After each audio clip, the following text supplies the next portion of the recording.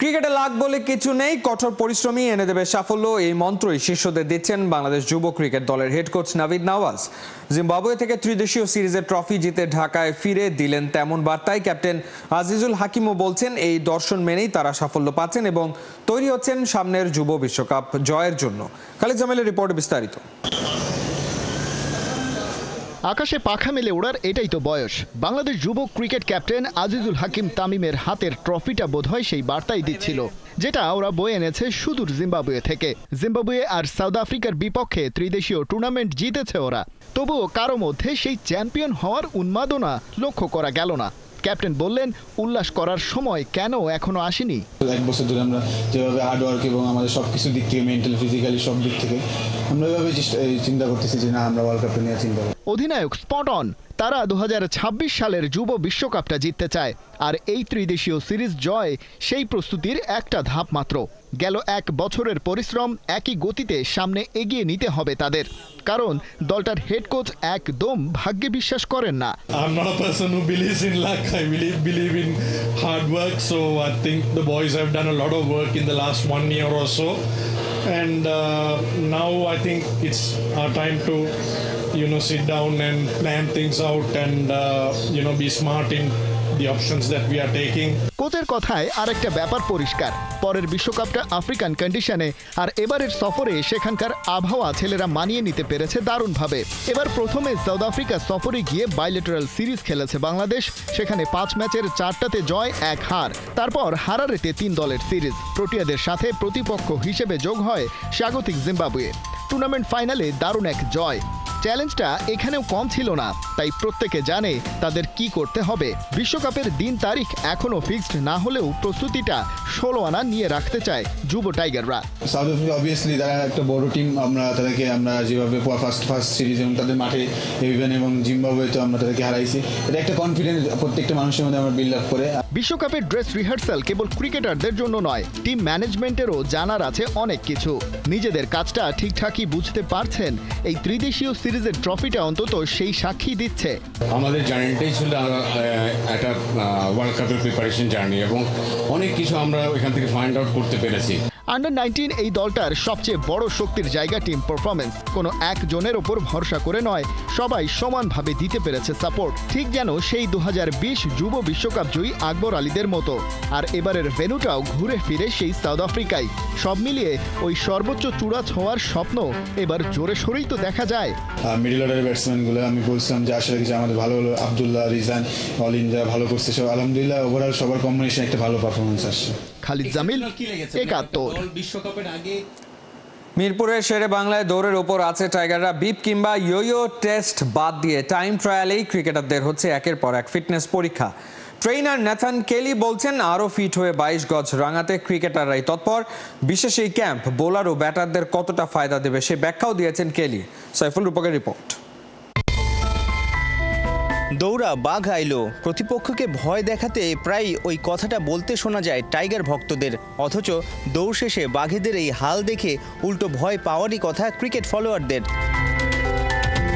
প্রচণ্ড গরমে সপ্তাহ জুড়েই নানা তরিকায় চলছে ফিটনেস ট্রেনিং। যতই কষ্ট হোক, ট্রেনার ন্যাথান কেলির ছকে মিরাজরা ঘাম ঝরাচ্ছে ক্রিকেট মাঠে সেরা হওয়ার স্বপ্ন নিয়েই। I don't need to inspire them. They're very motivated. They are all extremely hard working, and they want to be the best that they can be. I don't get any complaints from our players about the physical work that we do. They really are bought in and trying to get better.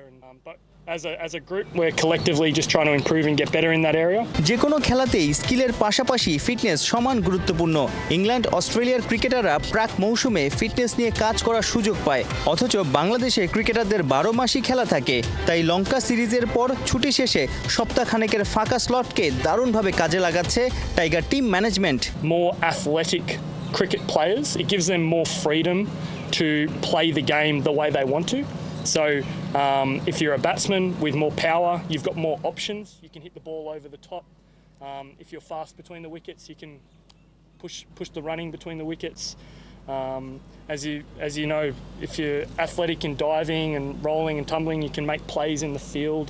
And obviously being aerobically fit is really important for our players to maintain their concentration when they're batting for long periods of time and for our fast bowlers to bowl long spells consistently. So athleticism is general. শুধু মাঠে বিভিন্ন ধরনের running, sprint, shuttle রানই হচ্ছে না, gym সেশনেও ক্রিকেটারদের strength training ও পরীক্ষা চলছে। Netherland series ও Asia কাপে কি ভিন্ন এক বাংলাদেশ দলকেই দেখা যাচ্ছে? 6 আগস্ট থেকে শুরু হয়েছে ন্যাথান কেলির ফিটনেস ক্লাস। ছুটি কাটিয়ে মঙ্গলবারই ক্যাম্পে যোগ দিয়েছেন টি-20-র কাপ্তান লিটন দাস। বুধবার শেষ হবে ফিটনেস ক্যাম্প, এরপরই ব্যাট বলে শান দিতে মনোযোগী হবে ক্রিকেটাররা। সাইফুল রূপক, একাত্তর।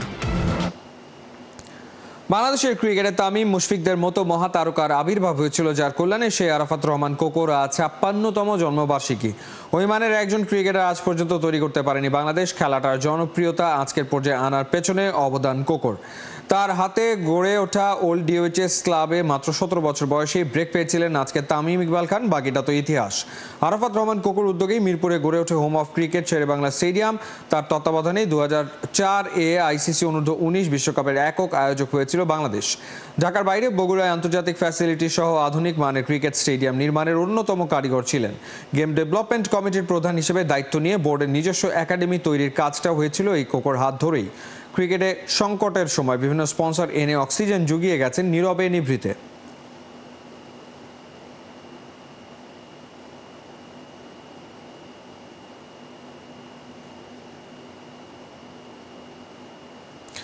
এএফসি চ্যালেঞ্জ লিগে চ্যালেঞ্জ জেতা হলো না আবাহনীর। এই ম্যাচের জন্যই ভাঙাচোরা একটা দল সাজিয়ে মাঠে নেমেছিল আকাশী নীলরা। ম্যাচে জিততে না পারলেও এই যাত্রায় প্রতিপক্ষ কোচের প্রশংসা কুড়িয়েছে বাংলাদেশের ঐতিহ্যবাহী দলটা। তবে আবাহনী কোচের কণ্ঠে ছিল অসহায় আত্মসমর্পণের সুর। ফয়সাল হাবিবের রিপোর্ট। দেশের ঘরোয়া ফুটবলের মৌসুম শুরু হয়নি এখনো। এএফসি চ্যালেঞ্জ লিগে মুরাজ ইউনাইটেডের বিপক্ষে আবাহনী লিমিটেডের লড়াই দিয়েই সেটা শুরু হলো একরকম। জাতীয় স্টেডিয়ামের ভিআইপি বক্স তাই বেশ ভারী ছিল। খেলা দেখতে এসেছিলেন ফুটবল ফেডারেশনের সভাপতি তাবিত আওয়ালও।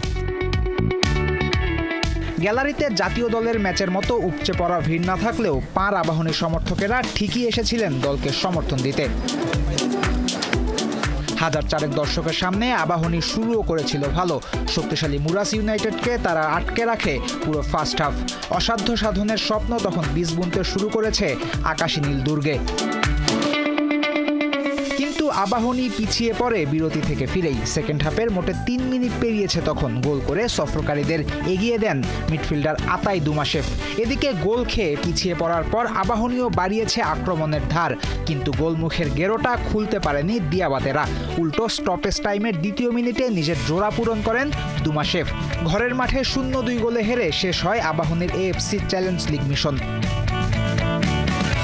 আবাহনী যখন আরও একবার এএফসির ম্যাচে হেরে হতাশায় ডুবছিল, তখনই প্রথমবার অংশ নিয়েই বাজিমাত করা মুরাসের কোচের মুখে আকাশী নীলদের ভূয়সী প্রশংসা। প্রতিপক্ষ হোম টিমের দুর্বলতাটা ডাগ আউটে দাঁড়িয়ে ঠিকই ধরতে পেরেছেন এই কোচ। আমাদের জন্য ম্যাচটা বেশ কঠিন ছিল। আবহাওয়া অনেক বেশি গরম ছিল। আমাদের খেলোয়াড়দের এমন পরিস্থিতিতে খেলে অভ্যাস নেই। আবাহনী লিমিটেড বেশ ভালো দল, তারা আমাদের সাথে সারপ্রাইজ করেছে। আমার মনে হয়েছিল ওদের জন্য ম্যাচটা কঠিন হবে, কারণ তোমাদের লিগ এখনো শুরু হয়নি। অপরদিকে আমাদের লিগ শুরু হয়েছে, আমরা সেখানে কয়েকটা ম্যাচ খেলে এসেছি। আমি আবারও বলছি, ওরা আমাদের সারপ্রাইজ করেছে, আর আবাহনী বেশ ভালো দল। ভাঙাচোরা আর জোড়াতালি দেয়া দল নিয়ে যতটুকু লড়াই করা গেছে তাতে খুশি না আবাহনী কোচ। কণ্ঠে ঝরেছে অসহায় আত্মসমর্পণের সুর। না, আমি সন্তুষ্ট না, কারণ আমার টার্গেট ছিল, আমরা কালকে বলেছিলাম আমরা তাদেরকে খেলতে দিব, তারপর ডেস্ট্রয় করবো, তারপরে অ্যাটাকে যাবো, এবং সব কিছু ঠিক ছিল। কিন্তু ওই মিসগুলা আর এবং লাস্টে আলামিনের যে ইয়েটা, ওইটা থেকেই আমার টিমটার টিম ডেপথটা ওই পর্যায়ে না। রিসোর্স থাকতে হবে, অল আউট খেলার জন্য রিসোর্স থাকতে হবে। এনাফ রিসোর্স না থাকলে আপনি কিছুই করতে পারবেন না। ঘরের মাঠেই ম্যাচটা হারতে হলো বাংলাদেশের ঐতিহ্যবাহী দলটাকে এবারের মতো। তাই এএফসি স্বপ্ন ভেঙেছে, কিন্তু শক্তিশালী দলের বিপক্ষে লড়াইয়ের এই মানসিকতাটা নিশ্চয়ই মিতুল মার্মা বাবলুদের আত্মবিশ্বাস বাড়াবে আগামীতে। এবার দলটা নিতে হবে আরেকটু গুছিয়ে, নিজেদের মধ্যে টিম স্পিরিট আর বোঝাপড়াটা বাড়িয়ে নেক্সট ঘরোয়া সিজনে ভালো ফল আনতে পারলে ওদের জন্য ফের খুলবে এএফসির দরজা। নামটা যেহেতু আবাহনী, তাই ঐতিহ্যের জন্য সেটা নিশ্চয়ই খুব একটা কঠিন হবে না। ফয়সাল হাবিব, ৭১। আনুষ্ঠানিকভাবে আর্জেন্টিনায় হয়ে গেল রোনালদোর শ্বশুর বাড়ি। CR7 এর প্রস্তাবে রাজি হয়ে গেলেন আর্জেন্টাইন মডেল, দীর্ঘদিনের বান্ধবী জর্জিনা। পরিচয়ের প্রায় 9 বছর পর সেরে নিলেন বাগদান। নিজের ইনস্টাগ্রামে সেই সুখবর দিয়েছেন জর্জিনা রদ্রিগেজ। তবে কবে বিয়ে করছেন সেই বিষয়ে এখনও আছে ধোঁয়াশা। আর সেই বিয়ে থেকে দাওয়াত পাবেন লিওনেল মেসি? কোহিনুর কণার রিপোর্ট। শহরে ঘুরে ঘুরে ভুল মানুষকে ভালোবেসেই কেটে যাচ্ছিল জীবনটা। তারপর কোনো এক শুকনো পাতার সন্ধে বেলায় সে এসে দাঁড়ালো দমকা প্রেমের গল্প বলার বাহানায়। তবে পড়ে থাকে সব গল্প, শুধু বৃষ্টিতে ভিজে যায় মন। ক্রিশ্চিয়ানো রোনালদোর জীবনে বৃষ্টি নয়, জর্জিনা যেন এসেছিলেন কালবৈশাখী ঝড় হয়ে, মহাপ্রলয়ের বলয় ভেঙে যে উড়িয়ে দিয়েছিল সব বিস্ফোরণের শুকনো ছাই। মাদ্রিদের সেই সফট ফ্লোর থেকে life in Saudi Arab. Ronaldo জর্জিনার এই লাভ স্টোরি হারমোনায় রূপকথার গল্পটাকেও। সি কিওরো এন এস্তা ইয়েন তোদাস মিস ভেদাস। হ্যাঁ, আমি রাজি। জর্জিনা ভরা মজলিসে করেই ফেললেন রোনালদোর সাথে আজীবন থাকার অঙ্গীকার। প্রায় 1 দশক পর যেন এই দুজনের সম্পর্ক পেল আনুষ্ঠানিক পূর্ণতা। 2016 সালে মাদ্রিদের গুচির এক স্টোরে জর্জিনার সাথে দেখা হয় ক্রিশ্চিয়ানো রোনালদোর। সেলস অ্যাসিস্ট্যান্ট আর্জেন্টাইন এই মডেলকে প্রথম দেখাতেই প্রেমে পড়ে যান সুপারস্টার রোনালদো, যাকে বলে লাভ অ্যাট ফার্স্ট সাইট। তারপর চলে চেনা জানা। 2017-তে ফিফা দি বেস্ট অ্যাওয়ার্ড অনুষ্ঠানে প্রথমবার সামনে আসেন এই জুটি। সেই অনুষ্ঠানে আবার রোনালদো হয়েছিলেন বর্ষসেরা ফুটবলার। সে বছরই সন্তানের বাবা মা হন রোনালদো জর্জিনা। সব মিলে 9 বছরের এই সময়টাতে রোনালদো আর জর্জিনা 3 সন্তানের বাবা মা হন। রোনালদোর অন্য সন্তানদেরও দায়িত্ব নিয়ে নেন জর্জিনা। শুধু সন্তান কেন, সুখ দুঃখ, নানা চড়াই উতরাই, সন্তান হারানোর বেদনা, রোনালদোর উপর এক নারীর করা হয়রানির অভিযোগ, জর্জিনার মডেলিং ক্যারিয়ার, রোনালদোর ইউরোপ ছেড়ে সৌদি আরবে যাওয়ার মতো কঠিন সিদ্ধান্ত, সবকিছুই দুজন সামলেছেন একে অপরের পাশে থেকে হাতে হাত রেখে। প্রায় $1 মিলিয়ন দামের হীরের আংটি দিয়ে বাগদান সারার পর থেকে সমর্থকদের মনে উকি দিয়েছে নতুন একটা প্রশ্ন, বিয়েটা কবে? সেটা যখনই হোক, ফুটবল দুনিয়ায় লিওনেল মেসির রোকোজোর বিয়ের পর হতে চলেছে আরও একটা ধামাকা, সেটা আন্দাজ করাই যায়। জর্জিনা রোনালদোর প্রথম প্রেম হতে পারেননি বটে, তবে ভালোবাসা, বিশ্বাস, বন্ধুত্ব দিয়ে হয়ে গেছেন শেষ প্রেম। তুমি বললে থেকে যাও, আমিও থেকে গেলাম। কেউ কেউ তো আসে আজীবন থেকে যাওয়ার জন্য। কোহিনুর কণা, 71। রংপুর জেলা ক্রীড়া সংস্থা যেন দুর্নীতির ভান্ডার। সুইমিং পুল বাণিজ্য, পুকুর লিজে অনিয়ম, ক্লাব কেনা বেচা সহ নানা অনিয়মের আখড়া হয়ে উঠেছে বিভাগীয় জেলা সংস্থাটি। একজন অফিস সহকারীর বিরুদ্ধে উঠেছে ভয়াবহ সব অভিযোগ। পিলে চমকে যাওয়ার মতো তথ্য বেরিয়ে এসছে খেলাযোগের অনুসন্ধানে। রংপুর থেকে হাসান সজীবের পাঠানো রিপোর্ট। মোহাম্মদ আলী হাসান শাকিল রংপুর জেলা ক্রীড়া সংস্থায় সাময়িক বরখাস্ত হওয়া অফিস সহকারী। তবে একজন অফিস সহকারী হলেও তার দাপট ছিল সাবেক সাধারণ সম্পাদক অ্যাডভোকেট আনোয়ারুল ইসলামের চাইতেও বেশি। গেল বছর নানা অনিয়মের অভিযোগে বরখাস্ত হন শাকিল, যার মধ্যে সুইমিং পুল নিয়ে বাণিজ্য, পুকুর লিজ নিয়ে দুর্নীতি, ক্লাব কেনাবেচা, সব ধরনের খেলায় প্রভাব বিস্তার। অফিস সহকারী হয়ে সাধারণ সম্পাদক পরিচয় ব্যবহার করা ছাড়াও গুরুতর অভিযোগ নারী কেলেঙ্কারিতে জড়িত ছিলেন তিনি। লেভেলে যখন খেলাগুলো চলতো, সে অফিস সহকারী হলে সে সিলেকশনের সময়ও কোচদেরকে প্রভাবিত করতো যে এই প্লেয়ারকে নিতে হবে, এই প্লেয়ারকে রাখতে হবে, হ্যাঁ একে আম্পায়ারিং দিতে হবে, একে আম্পায়ারিং দেওয়া যাবে না। 2012-13 দিকে আমি জেলা ক্রীড়া সংস্থা 3টি পুকুর লিজ নেই। 3টি পুকুর যখন লিজ নেই তখন আমার কাছে 1,90,000 টাকা নেওয়া হয়। করার পরে আমাদের যখন সময়টা শেষ হয়ে যায় তখন তারা আমাদের কাছে পুকুরটা নিয়ে নেয়। কিন্তু তারপর থেকে কিন্তু আর কখনো পুকুর লিজ হয়নি, কিছুই হয়নি। সেগুলো তারা দীর্ঘদিন নিজেরা ব্যবহার করছে, নিজেরাই জেলা ক্রীড়া সংস্থাকে টাকা পয়সা দেয়নি, সরকারকে ট্যাক্স দেয়নি, ভ্যাট দেয়নি, কোনো কিছুই দেয়নি তারা। এইভাবেই এতদিন তারা চালাইছে। সবচেয়ে কষ্টের বিষয় দেখা যায় রোলারটা, এটা ক্রিকেট বোর্ডের রোলার। এই রোলারের ব্যাটারিটা সে ব্যাটারি খুলে এসে তার পার্সোনাল গাড়িতে লাগাইছে। মানে বান্ধবী হোক বা শুভাকাঙ্ক্ষী হোক, সে ছিল প্রায় আসতো, খেলার সময় আসতো, বাইরে খেলার আউট টাইমেও আসতো। ওই সুইমিং পুলে মেয়েদের একটা ছিল, টাইম ছিল, হ্যাঁ, যে টাইমে মেয়েদের করা হইতো, হ্যাঁ, ওই টাইমে মেয়েদের প্রশিক্ষক, হ্যাঁ, মেয়েদের তারপর আপনার একজন নার্সিং করার একজন, হ্যাঁ, তারা আসতো।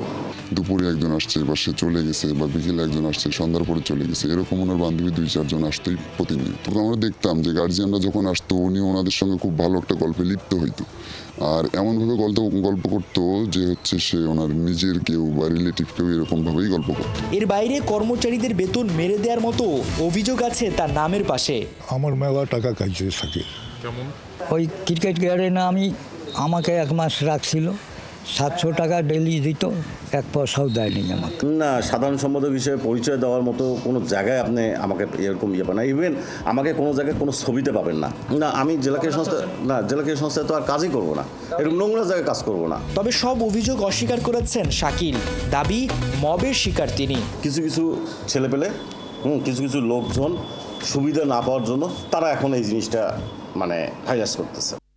আইন, পুলিশ সব আছে, যাদেরকে হুমকি দিচ্ছে তাদেরকে বলেন থানায় যে অভিযোগ করতে। আমার কেন এই বিষয়টি এসছে, আমি এই কথাটাই বলেছি তারা থানায় যে অভিযোগ কেন করছে না, এবং তারা যেন আমাদের এই তদন্ত কমিটির সামনে এসে এই বিষয়গুলো উত্থাপন করে। তদন্ত একটা কমিটি গঠন করা হয়েছে, কমিটিটা নিয়ে কাজ করছে, বিভিন্ন ফাইন্ডিংস গুলো পাচ্ছে, এবং ফাইন্ডিংস পাওয়া শেষ হয়নি। আমরা খুব শীঘ্রই শেষ করবো আশা করছি যে এই মাসের মধ্যেই।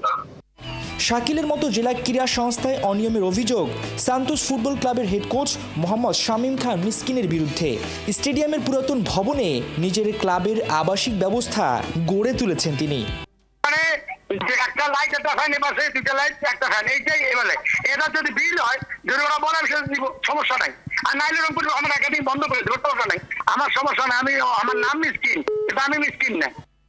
বিদ্যুৎ বিভাগ একটা পদক্ষেপও নিয়েছিল কিছুদিন আগে, তখন আমরা তাদের কাছ থেকে আমরা চেয়েছি যে আপনাদের কোথায় বিদ্যুৎ বিল বেড়ে গেছে সবগুলো আমাদের দেন। তো আমরা প্রত্যেকটা বিল্ডিং এ দেখলাম যে অনেকগুলো টাকা করে বিদ্যুৎ বিল বাকি আছে আর কি। আর থাকার বিষয়টা তো বললাম আর কি, যদি পূর্ববর্তী কোনো সভাপতি মহোদয় কিংবা সেক্রেটারি মহোদয় অনুমতি দিয়ে থাকেন মৌখিক কিংবা লিখিত, সেটা ওনার পক্ষ থেকে উনি দেখাবেন।